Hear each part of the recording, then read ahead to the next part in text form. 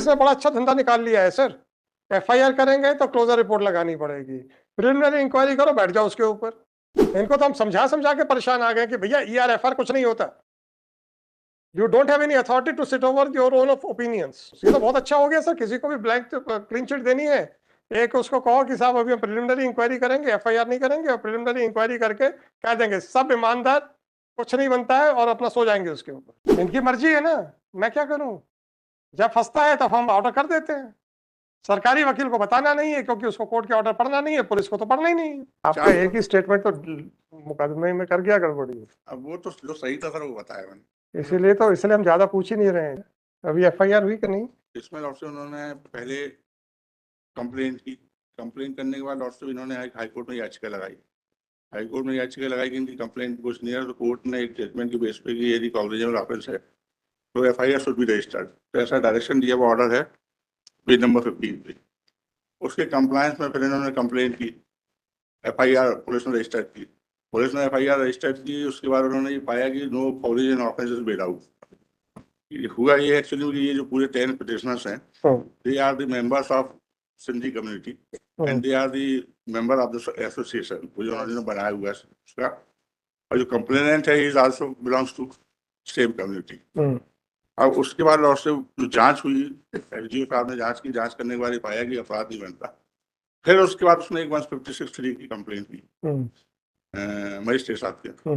Magistrate साहब ने उसको देखा, सब कुछ किया, पाया गया, ये फाइंडिंग रिकॉर्ड की उन्होंने कि कॉग्निजेंट ऑफेंस नहीं है, A5 है लॉर्ड से 11 पेज नंबर 117।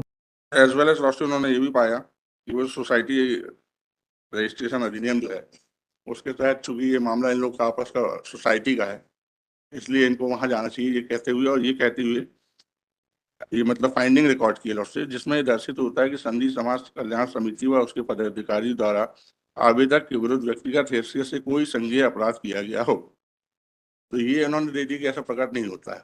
अब इसके बाद इसकी रिवीजन हुई लॉर्ड से, रिवीजन में उन्होंने रिवीजनल कोर्ट ने ऑर्डर सेटिस्फाइड कर दिया, इस पॉइंट पे कर दिया कि जो इन्होंने सोसाइटी के संबंध में मजिस्ट्रेट साहब ने कहा था कि वो जो कॉग्निजेंस नहीं ले सकते और वो वहां जाना चाहिए, तो उसको करते हुए उन्होंने उसको कर दिया। फिर उसके बाद मजिस्ट्रेट साहब ने उस सेम मटेरियल पे तो पहले था उस पर उन्होंने फिर कॉग्निजेंस ले लिए। ये केस है लॉर्ड। अब इसमें हाईकोर्ट में भी उसने डायरेक्ट पिटीशन की थी, हाईकोर्ट में भी आपके पास ये पिटीशन आई थी, आपने उसमें डायरेक्शन दिए थे। क्या डायरेक्शन दिए? ये आईए के साथ पेश किया लॉर्ड से मैंने, जो यहाँ आके उसने पिटीशन में मांगा था आईए 5805, ये मैंने पेश किया उनके साथ, वो ऑर्डर पेश किया उनसे। पहले सिंधी समाज का था, उसी में इन्होंने ये रिस्पोंडेंट थे, सेम वही चीज थी। उनका कहना था हमने क्या किया था? जी जी, आपने भोपाल को डायरेक्शन दे दिए। क्या डायरेक्शन दे दिए? ये लॉर्डशिप पेज नंबर में एप्लीकेशन निकालना है। whether non-compliance of provision of section 27/28 of the Madhya Pradesh Society Registration Adhiniyam was deliberate or not, whether the petitioner society has received any सांसद निधि or not, ये question भी आपने refer किया, और ये ही इसमें कंप्लेन में भी है उसने। और इसके बारे में कोर्ट उन्होंने जो पुलिस ने इंक्वायरी की थी उसमें पाया कि इनको तो कोई रोल ही नहीं था, सांसद निधि का कलेक्टर के मार्फत से पैसा जाता था, और कॉम्प्लेक्स बन चुका है, ये है, तो आपने इसमें भी दिया। फिर तीसरा question, whether petitioner society has constructed any commercial complex or not, and if so whether it was allotted or transferred among the office bearers members of the society or their family relatives। ये यही charge हमारे ऊपर इसमें भी 156(3) में भी चल रहा है, जिसमें पहली बार कोर्ट ने पाया कि नहीं, पुलिस ने पाया कि नहीं, जो कॉम्प्लेक्स बना है वो भी समाज के हित के लिए बना है, और उसमें समाज में जितने सबसे ज्यादा डोनेशन दिया था उनको किराए पे दे दिया गया, वो किराए पे चला रहे हैं बकायदा। अच्छा, जिसने ज्यादा डोनेशन दिया वो उसको किराए पे दे दिया? समाज के लोग, दीगर लोगों को नहीं दिया, बाहर के। हाँ हाँ, समाज के लोगों को। मान लीजिए 10 लाख की प्रॉपर्टी बनी है, 1 लाख जिसने दे दिया वो किराए पे ले गया। उसमें कम से कम 4 या 5 लाख रुपए दिए थे उन लोगों ने, 4-5 लाख रुपए, और जिसने 50,000 दिए थे वो घर बैठे। नहीं वैसा नहीं था। तो ये वैसा नहीं, तो ये कौन सा तरीका निकला? नहीं मतलब ये जो समाज के ही लोग थे जो अरे यार, समाज के लोग थे तो ठीक है, सवाल इस बात का है कि साहब जिसने ज्यादा पैसा दिया उसको किराए पे दे। उसमें सर इंटेंशन चीटिंग का नहीं है, इंटेंशन का सवाल नहीं है, सवाल है कि सोसाइटी की प्रॉपर्टी है। तो सोसाइटी की प्रॉपर्टी वो तो बनाई तो समाज के लोगों ने मिलके थी, अच्छा, सोसाइटी को दान दे दी। अच्छा, ऐसा ऐसा नहीं कि हमने जब बाहर, दान दे दी तो कहानी खत्म, आपके सोसाइटी के लोगों के अधिकार खत्म। लेकिन सर उससे हमने ऐसा नहीं है कि हमने कोई पर्सनल गेन किया हो। हमें नहीं मालूम सर, ये जो चार्जेस लगाए 424 हमें नहीं मालूम है। अगर 10 लाख की प्रॉपर्टी बननी है, बोले जिसने 1 लाख दे दिया उसको किराए पे दे दो, नहीं ऐसा 90,000 वाले को भगा दो। नहीं ऐसा नहीं। फिर ये जो इन्होंने पूरा पुलिस ने 160, अरे पुलिस छोड़ो, आपका जो आर्ग्यूमेंट है उस पर जवाब दो मेरे। हाँ तो मेरा कैसे? उसी के संबंध में पुलिस ने इन्वेस्टिगेशन किया। अच्छा, पुलिस का इन्वेस्टिगेशन हम पे बाइंडिंग है, चलिए आगे नहीं बढ़ो। नहीं बाइंडिंग नहीं सर, फिर आगे। नहीं नहीं नहीं बाइंडिंग, हाँ, गलत नहीं बोलता, बाइंडिंग नहीं है। उसके बाद फिर रिवीजन में लॉर्डशिप फिर उन्होंने रिमांड किया। रिमांड करने के बाद कोर्ट ने उसी मटेरियल पे फिर से कागनिजेंस ले लिया। रीजनल कोर्ट का ऑर्डर कौन सा है? रिवीजनल कोर्ट का ऑर्डर है लॉर्डशिप, पेज नंबर 156।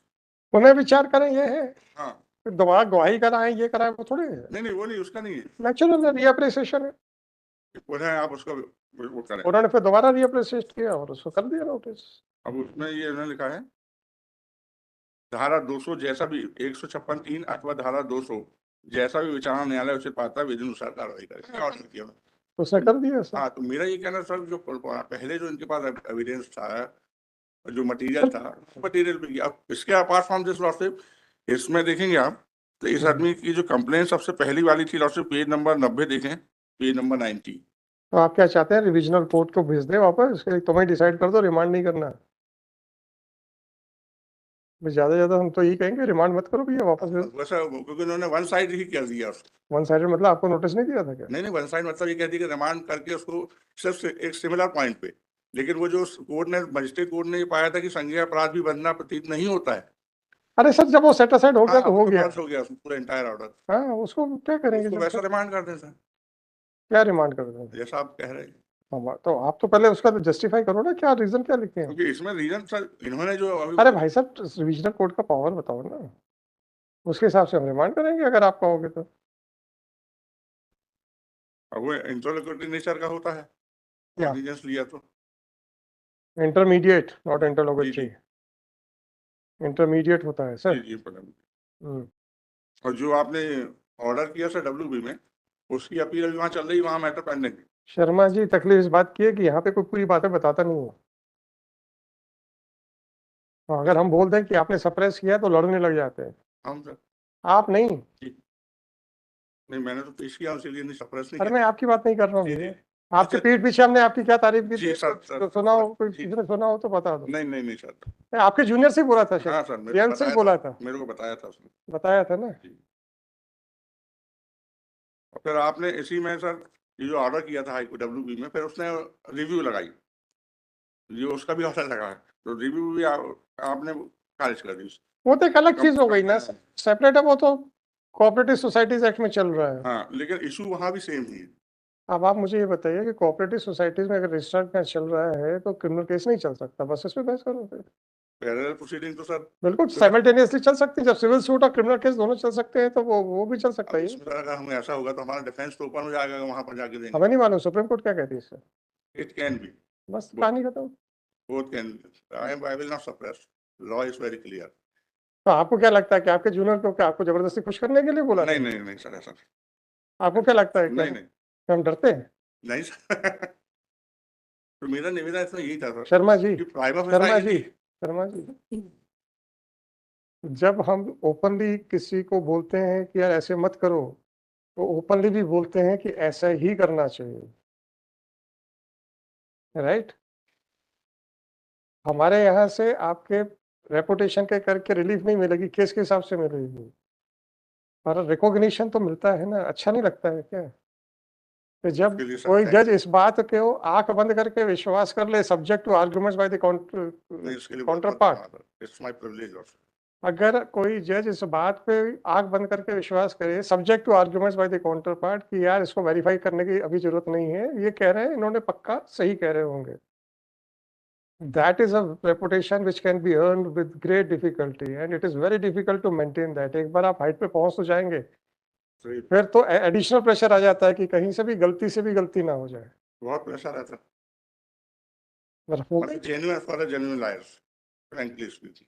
होता है sir, it is very easy to climb और it is very difficult to stay. तो ये रहा है एक बार सप्रेस करके, 2 बार सप्रेस करके, 3 बार करके हम रिलीफ ले लेंगे, लेकिन हमको यही सर्वाइव करना है तो नहीं कर पाएंगे। सवाल इस बात का है कि आप एवरेस्ट पे चढ़ तो जाओगे, पर हम पढ़ रहे थे कि वहाँ पे मैक्सिमम स्टे करने का पीरियड सिर्फ 10 मिनट है। You have to come down. I understand. तो आपको रेपुटेशन अर्न करना बड़ा इजी है, पर फिर उसके ऊपर उसको मेंटेन करना then it becomes very difficult, क्योंकि आपके लिए बेंचमार्क कोर्ट का इतना हाई हो गया है मेरे लिए कि वो जोन ऑफ एरर बहुत छोटा रह जाता है। अगर हमारा आपका बेंचमार्क आपके लिए 30% हो तो आप 70% में गेम खेल सकते हो, अगर आपका बेंचमार्क ही 90% पे चला गया।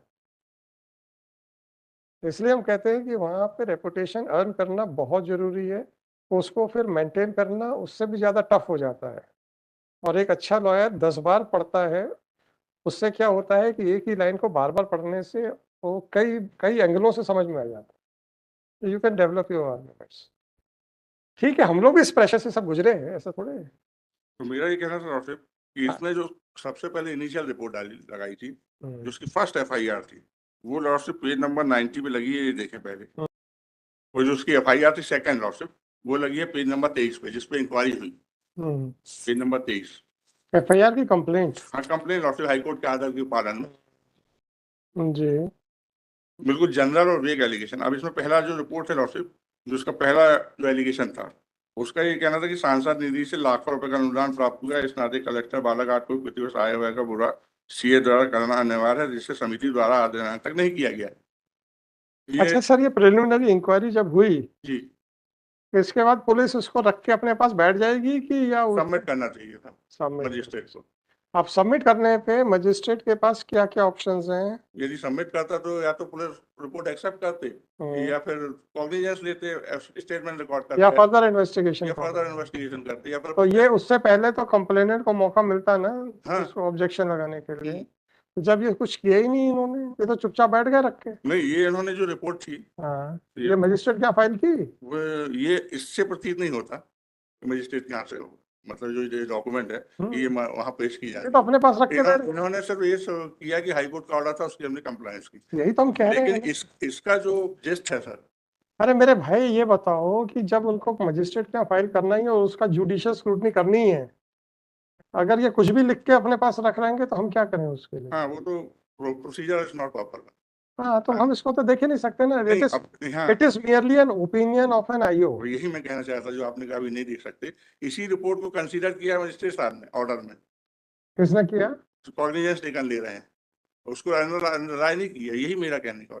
दिखाइए वो कौन सा ऑर्डर है। 133 नंबर पेज में ये 133 वाला वो था लॉर्डशिप, जो कि उन्होंने एक बार ये रिजेक्ट कर दी।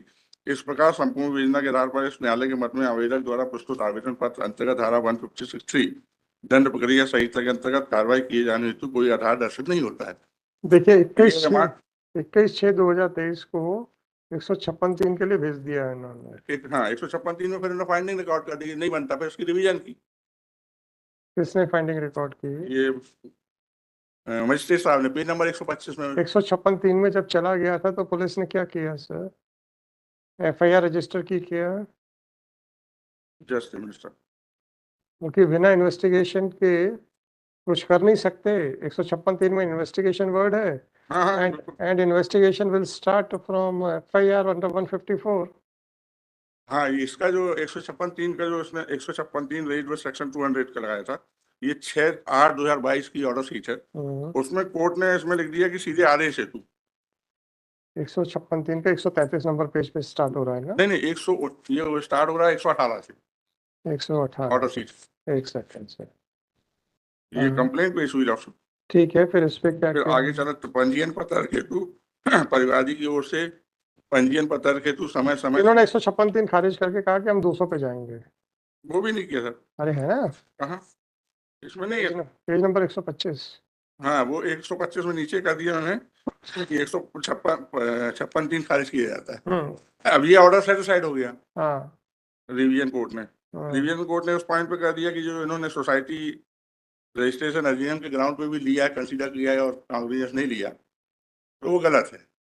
ठीक है। अब लेकिन फिर इनकी एक बार, अब चूंकि वो मर्ज हो गया ऑर्डर उसी में, अब उसके बाद फिर रिमांड हुआ रिमांड होने के बाद ये आया लॉर्डशिप, ऑर्डर शीट लिखी गई, पेज नंबर 127। हाँ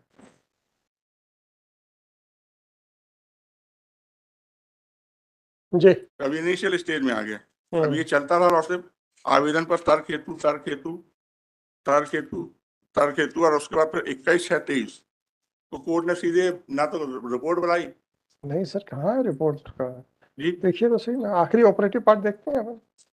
नहीं, 156(3) में जो तर्क ऑर्डर किया जो, हाँ हाँ, 156(3) अलाउ कर दिए। हाँ उसको अलाउ कर दी, मतलब वो मेरे हाँ, की इन्वेस्टिगेशन के लिए रिपोर्ट वगैरह नहीं बुलाई। कोई जरूरत नहीं, कैसे बुला सकता है अब इसको? इस हाँ अब इसमें सर जो कोर्ट ने कंसीडर किया, जो मैं आपको एक बता, सेकंड, एक सेकंड। अब आप मुझे ये बताइए कि कोई गवाही वगैरह हुई थी कि नहीं? नहीं कोई गवाही नहीं नहीं। हुआ। ठीक है, 156(3) ठीक है। 156(3) से 156 पहले कौन सी रिपोर्ट बुलवाएगा सर? जी 156(3) से पहले कौन सी रिपोर्ट बुलवाएगा? नहीं, उन्होंने मजिस्ट्रेट साहब ने नहीं बुलाई, उन्होंने सीधे कॉग्निजेंस ले लिया। कॉग्निजेंस नहीं लिया मेरे भाई। 156(3) अगर कॉग्निजेंस ले लिया तो 156(3) लग ही नहीं सकता फिर। अब ये सर इसमें ऑर्डर लिखा है आप देखिए, जो इम्प्यून ऑर्डर है, 156(3) अलाउ हुआ है बस, कॉग्निजेंस कहाँ लिखा है सर? ये लिखा है देख लीजिए, स्वीकार किया जाता है। 156(3) स्वीकार किया जाता है। हाँ, और ये लिखा है कि प्रथम सूचना रिपोर्ट दर्ज कर नेचुरल, अनुसार उसके बाद तो एफआईआर ही कार्रवाई होगी, करें। उसके बाद तो हाँ, एफआईआर ही होगी। ये किया उन्होंने, मतलब वो उससे पहले तो डायरेक्ट, कॉग्निजेंस तो लिया ही नहीं हाँ ना। मतलब डायरेक्शन दिया FIR के लिए। हाँ। अब इसके बाद लॉर्डशिप जो, लेकिन जो इन्होंने मटेरियल कंसीडर किया लॉर्डशिप, इन्होंने वो बोला कि 420, 467, 468 और 406 का बन रहा अपराध, हाँ। इसके लिए तो प्राइमा फसाई है नहीं। अब इसमें देखें आप सर, ये जो मैं आपसे बोल रहा था कि वो जो पुलिस ने रिपोर्ट पर, आप देखिए, आपका पहला ही स्टेटमेंट बड़ा गड़बड़ हो गया था। नहीं नहीं जिसने ज्यादा कंट्रीब्यूट नहीं किया नहीं उसको किराए पे दे दिया। पेज नंबर 151 देखें सर, ये इम्प्यून आता था। देखिए साहब, वहीं पे आके सारी गेम खत्म हो गई थी। नहीं सर वैसा नहीं। जब आपने कहा जिसने ज्यादा कंट्रीब्यूट किया उसको किराए पे दे दी, जिसने कम दिया उसको नहीं सर दिया। मैंने आपसे सबसे पहले ही बोला था, क्या? I will not tell lie. वही मैं कह रहा हूँ, कहानी वहीं लेकिन पे गलत खत्म नहीं, हो, हाँ कहानी वहीं पे जो खत्म हमको हो गई। बताया गया वो हमने कहा सर। कहानी वहीं पे खत्म हो गई थी उसमें क्योंकि सर आप जो बोल रहे थे कि वो कहाँ उन्होंने पुलिस रिपोर्ट को कंसीडर किया इम्प्यून ऑर्डर में, हम्म। वो पेज नंबर 151 देखे सर। मत तो मतलब ये नहीं नहीं, कंप्लेंट, इन्होंने कुछ नहीं कहा है। इन्होंने कहा है कि जो असंज्ञेय अपराध होने का था उसके खिलाफ आईजी को जब कहा तो आईजी ने उसमें विस्तृत जांच करके प्रतिवेदन प्रस्तुत करने को कहा है, जबकि अभी तक एसपी के द्वारा कोई कार्रवाई नहीं की। तो इतना ही लिखा, बस और क्या लिखा? नहीं उसके ऊपर वाली लाइन में सर, देख लो। उसमें ऊपर वाले उक्त संज्ञेय अपराधों के संबंध में आवेदक परिवादी द्वारा थाना प्रभारी पुलिस थाना लांजी जिला बालाघाट के समक्ष प्रथम सूचना रिपोर्ट पंजीबद्ध करने हेतु आवेदन पत्र अनुलग्नक A2, ये इसने अपने कंप्लेन में भी उसके बारे में लिखा है, मतलब he is protesting that report. आप तो साहब ये बताओ, कैसे रख सकता है बैठ के वो आपका आईओ? नहीं आईओ तो नहीं रख सकता, तो लेकिन बस फिर ये तो पुलिस ये तो गलत काम कर ही रही है। लेकिन that report has come before the court, fine. It was in the knowledge of the court. अब अगर कोर्ट या ये तो पालाशर जी को फाइल करना चाहिए था कि साहब ये मेरी प्रिलिमिनरी इंक्वायरी है, रिपोर्ट है, अब ये पकड़ो। पुलिस ने बड़ा अच्छा धंधा निकाल लिया है सर। एफआईआर करेंगे तो क्लोजर रिपोर्ट लगानी पड़ेगी, प्रिलिमिनरी इंक्वायरी करो, बैठ जाओ उसके ऊपर। How that is possible? जब हाई कोर्ट ने कहा था to consider, why the investigating officer did not file it before the trial court और बिफोर द कंसर्निंग मजिस्ट्रेट? उसको करना चाहिए था। जब वो नहीं किया था, इनको फिर कंप्लेंट फाइल करनी पड़ गई। और अगर वो फाइल करता तो प्रोटेस्ट पिटीशन लगाते और उसके बाद आगे काम होता। किया धरा तो सिर्फ सारा पराशर जी के पक्षकार का है।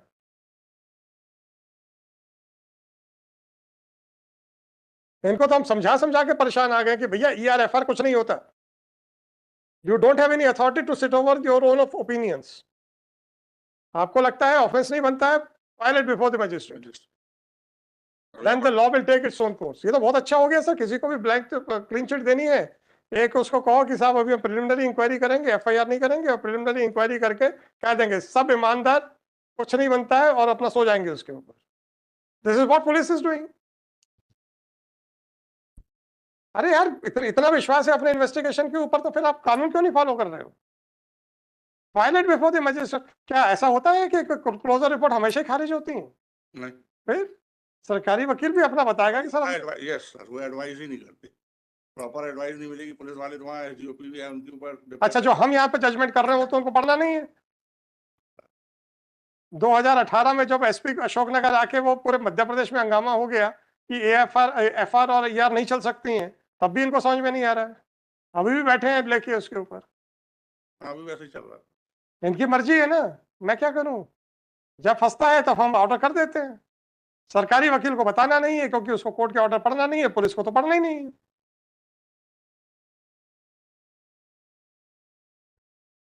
ऐसा मेरा नहीं, आपका कहना है।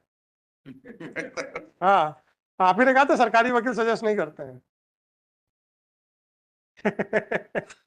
ये तो आप कोर्ट की फाइंडिंग समझ नहीं रहे हैं। सर, इसमें मेरा ये कहना था कि जो ट्रायल कोर्ट ने कॉग्निजेंस लेने का जो ऑर्डर किया है, कॉग्निजेंस नहीं लिया मेरे भाई, डायरेक्शन 156(3) का ऑर्डर किया है। और अगर 156(3) का ऑर्डर नहीं करता तो उसको 200 में गवाहियां करानी चाहिए थी।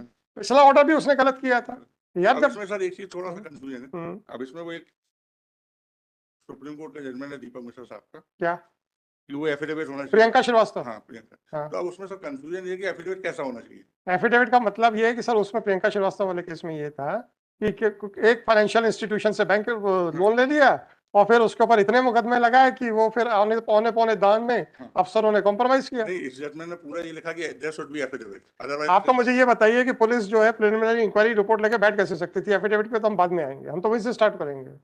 नहीं, वो तो नहीं बैठ सकती थी। फिर कहानी तो वहीं से गलत हुई है। तो ये मेरे इसलिए मैं बता अरे भाई साहब, जब अगर ये इसको हम एफआर को या ईआर को वो मान ले और इनकी कंप्लेंट को प्रोटेस्ट पिटीशन मान ले तो फिर क्या गलती है? नहीं, तो प्रोटेस्ट पिटीशन इनको पेश करना चाहिए सर। तो पहले पुलिस तो फाइल करती, तब तो प्रोटेस्ट पिटीशन पेश तो करते। अब उनने पेश नहीं किया। तो फिर ये क्या करेंगे? इनके पास कंप्लेंट ही फाइल हाँ, कर तो अब सकते हैं। इन्होंने जो कंप्लेंट पेश की उसमें ये जो पुलिस का खात्मा वाला प्रतिवेदन है वो लगा दिया। लगा दिया है ना सर, हम इसको प्रोटेस्ट पिटीशन पे पिटीशन यदि ले रहे हैं लॉर्डशिप, तो एविडेंस रिकॉर्ड होना चाहिए। क्यों होना चाहिए? क्योंकि भैया सारा किया धरा पाराशर जी का है, कंप्लेन अंडर सेक्शन सारा किया धरा पाराशर जी का है। नहीं, आपका वो भी नहीं किया, इनका भी नहीं किया हुआ। यदि हम उसको प्रोटेस्ट पिटीशन ट्रीट करेंगे अरे भाई, ना आपकी गलती है ना अग्रवाल साहब की गलती है। लेकिन बुजुर्ग 75-80 साल के लोग बिल्कुल सही बात है। सवाल इस बात का है कि पुलिस को अपना ओपिनियन बना, नॉलेज में लाना चाहता हूँ सर, एक पुलिस फैक्ट और लाना चाहता हूँ। पुलिस को दिस मैन, उसने अपनी कंप्लेन में भी लिखा है why this he is harassing the entire community. इसकी कंप्लेन में उसने खुद लिखा है अपनी क्या कि इनका हमारा पूरे समाज के लोगों से विवाद चल रहा है। चल रहा होगा ना, उसमें क्या है भाई? एक मिनट, मेरे भाई चल रहा होगा, मान लिया, उससे क्या होगा सर? अब ये दूसरा ये डॉक्टर ये जो शपथ पैठ का सुप्रीम कोर्ट का जो जजमेंट है प्रियंका श्रीवास्तव, आप तो पहले इस पे बताओ कि पुलिस ने फाइल क्यों नहीं की? अब सर ये तो स्टेट जाना है, अब वो कह रहे हैं हमको ट्रेनिंग में जाना है। हाँ, और ट्रेनिंग चल रही है, कुछ होना नहीं है उससे भी, लेकिन हमें क्या करना मालूम? हमको ही और आपको ही पड़ेगा फिर। कोई कमेंट नहीं सर, और किसी की काबिलियत के ऊपर हम कमेंट नहीं कह करते रहा हैं। मैं सर, ये जो मतलब ये नया जो आया है इसको क्या इससे कर लेंगे जब तक हम सेल्फ नहीं करेंगे, कोई की ट्रेनिंग सवाल वो नहीं है, नहीं पड़ा। सवाल वो नहीं है। क्या गवर्नमेंट अपने तरफ से जो प्रयास कर रही है उसको इस तरीके से हम कर दें? नहीं कर सकते, वेस्ट ऑफ मनी है बस सरकार। कोई अब आप लोग जो भी सोचे, चलो देखता हूँ सर। जी सर। Hello sir. इसमें सर दूसरा चीज ये थी जी जी बताएं। कि ये इफ हमारा एक कहना और भी था सर, यदि इनकी कंप्लेंट एज इट इज मान ली जाए, बस 56 की जो कंप्लेंट लगे, there is no ingredient section 406। मैं देखूंगा। हाँ सर, वो केयरफुली सर, क्योंकि बनते ही नहीं अपराध 420 और 406। आपका एक ही स्टेटमेंट तो मुकदमे में कर गया गड़बड़ी। अब वो तो जो सही था सर वो बताया मैंने, इसलिए हम ज्यादा पूछ ही नहीं रहे हैं। जो ज्यादा कंट्रीब्यूट करेगा उसको हम किराए पे दे देंगे। How it can be? Sir कुछ जजमेंट लाया था वो देखिए। हाँ वो दे दीजिए, I'll also be citing some judgments. दे दो My first, उसमें लिख देना यार कौन कौन सा उसमें है। just precisely if 2 minutes can be given to me. My first objection would be regarding their locus to file this. Because Manoj, at the stage of 156, it is between only the court and the complainant. So Manoj, they don't have locus. Honorable court has already decided its matter in view of HDFC Securities, Manoj. That my lords would be aware. As regards my lords, नहीं, मुझे कुछ नहीं मालूम, आपको judgement मैं देता हूँ। जबरदस्ती मेरे कंधे पे नहीं सर, आपका ही चला ऑर्डर देते पढ़ हैं। के ही हमने सर वो निकाला है आपका ऑनरेबल कोर्ट का ही ऑर्डर। तो क्या हो गया? जी जी, वो मैं दे देता हूँ लिख के। Sir second would be sir, on the face of it mainly 3-4 allegations थे। वेदर फर्स्टली की ऑडिट जो किया था राइट फ्रॉम, वो रिपोर्ट भी थी, मैंने पूरा मटेरियल लगाया था 156(3) में। Now there was specific report of 3 members committee to the effect my lords, there is no audit being done. Now, my lords, that was the very first objection and complaint which I alleged in the 156(3). Further, इन्होंने आपस में ही property को बेच दिया without the permission of the registrar, which clearly violates section 21. ये specific allegations and Bhajan Lal की contingencies में it would not fall into. As regards Priyanka Srivastava, which respected senior was trying to point out, Priyanka Srivastava सिर्फ इतने point पे है कि 154 में आप गए कि नहीं, और 154(1) अगर पुलिस ने नहीं ली तो एसपी को आपने किया, तो whether he did he take anything or not. Those two contingencies अगर फुलफिल हो जाती हैं तो 156(3) मेरी सीधी सीधी मेंटेनेबल है. सिर्फ प्रियंका श्रीवास्तव सिर्फ इस पॉइंट पे है sir. Para 31 would be clear. And lastly, sir, Lalita Kumari is very clear. Niceties and factual correctness in the FIRs would not be considered. It is only कि आपने क्या allegations है उसको देखा जाएगा सर. वही मैं कह रहा हूँ, ना उसमें कुछ ऐड करें. अग्रवाल सर, एक चीज बताओ, ये 2 फीट का जो डिस्टेंस है, why it makes so much of difference in the level of arguments? जो अभी आप ये कह रहे थे, मैं 2 दिन पहले आपको, जब आप उस साइड खड़े थे, मैं समझा के थक गया था. नहीं सर, ये 2 मिनट 2 फीट का गैप इतना डिफरेंस कैसे ले आता है? मेरे सारे जब भी पिटिशनर साइड से आर्गुमेंट रहते हैं, सब्जेक्ट टू ये रहता है कि ऑनरेबल कोर्ट के समक्ष, मैं एक जनरल बस से पूछ रहा हूँ, 2 फीट का गैप इतना ज्यादा ड्रास्टिक चेंज कैसे ले आता है? It would not be justified अगर मैं वो डिफरेंस नहीं लाऊंगा. वो नहीं कहूँ, वो नहीं कह रहा. मैं समझ गया ऑनरेबल कोर्ट की यही आर्गुमेंट अगर पिटिशनर साइड से ऑनरेबल कोर्ट ने लास्ट टाइम 3 दिन पहले वो ऑब्जर्व किया था. If You are not ready to listen. नहीं सर, ऐसा नहीं था sir, not at all. You are not ready to answer. ऐसा नहीं था बिल्कुल. अल्टीमेटली क्या हमने लिख दिया कि साहब इन्होंने आंसर नहीं किया, जाओ, हो गया कहानी खत्म. नहीं सर. और ऐसा नहीं कि पहली बार लिखा है, पहले भी लिख चुके ग्वालियर में. यार, if somebody is giving an opportunity to explain, you had a case where you could have developed your argument to a large extent. और आपने वहीं शट डाउन कर दिया था, नहीं करूंगा. आपको मेरे ऑर्डर से समझ में आ गया होगा कहीं पे एक आधा ऐसा इशू था which could have been argued. और अगर आप मेरा पहले प्रश्न को सुन लेते तो मैं दूसरे तीसरे प्रश्न तक ले जाते आपको वहां तक ले जाता. मेरी आदत नहीं है कि डायरेक्ट बताने की. कारण क्या है कि जब तक आप उसको समझोगे नहीं, you will not be able to understand कि कोर्ट क्या सुनना चाह रही है.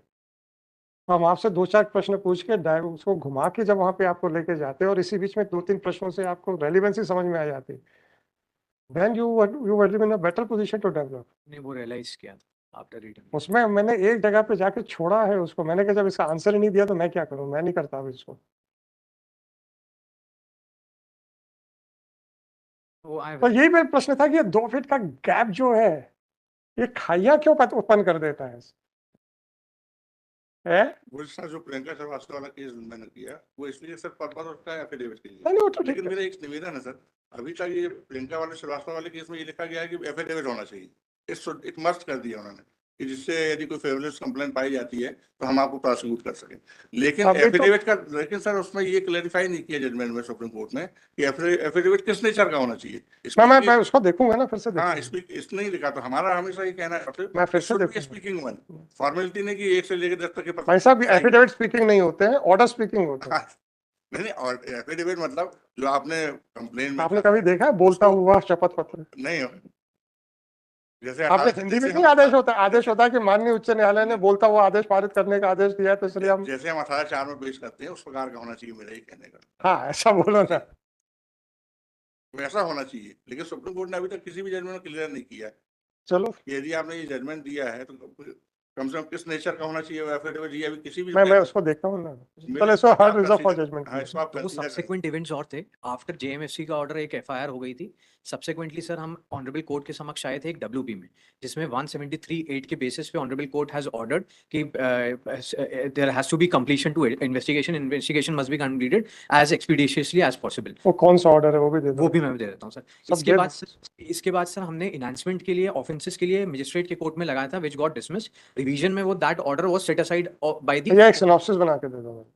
उसके बाद वो भी बता दीजिए कि 300 पूरे समाज के लोगों के खिलाफ मानहानि का भी चला दिया. वो भी चला 300 लोग. तो क्या हो गया? अब उसमें भी फिर आना पड़ेगा. सवाल इस बात का है. उसके लिए नहीं कह रहा. सवाल इस बात का है, देखिए, सवाल इस बात का है, तो मैंने कहा ना, तो क्या हो गया अगर किसी आदमी के पास उसके विधिक अधिकार हैं हैं और अगर वो विधिक अधिकारों का मिसयूज कर रहा नहीं नहीं, ये तो हम डिसाइड करने के बाद जी। कहेंगे। आप फाइलिंग को हम मिसयूज नहीं कह सकते। Filing is not misuse. हाँ, फाइलिंग वो तो हम फाइंडिंग देने के बाद कहेंगे कि मिसयूज है कि तो नहीं है। ये कह रहे हैं कि भजन लाल केस नहीं लगेगा, लगेगा उसमें जो वो तब देखेंगे ना, अगर कोई फाइल कर रहा है, हाउ कैन आई स्टॉप अब देम? वो कंप्लेंट देंगे सर, मैंने देखा उसमें कई एक पैराग्राफ में उसने लिखा है बकायदा रीजन चलो क्या देखते डिस्प्यूट हैं। चल रहा है जो समाज के लोगों से। उसका ये कहना है कि समाज के लोगों के द्वारा पहले कोई उनकी मदद नहीं की गई, तो वो एक के बाद एक के बाद एक के बाद कंप्लेंट शुरू कर क्या करोगे उस दी। चार्ट? Very kind. Obliged.